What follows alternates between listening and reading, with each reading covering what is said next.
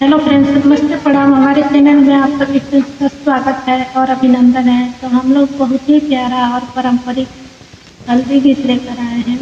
आप लोग जरूर सुनिएगा और अपना प्यार दुबारा सेवा देते ही बनाए रखिएगा। तो चलिए सुनाते हैं।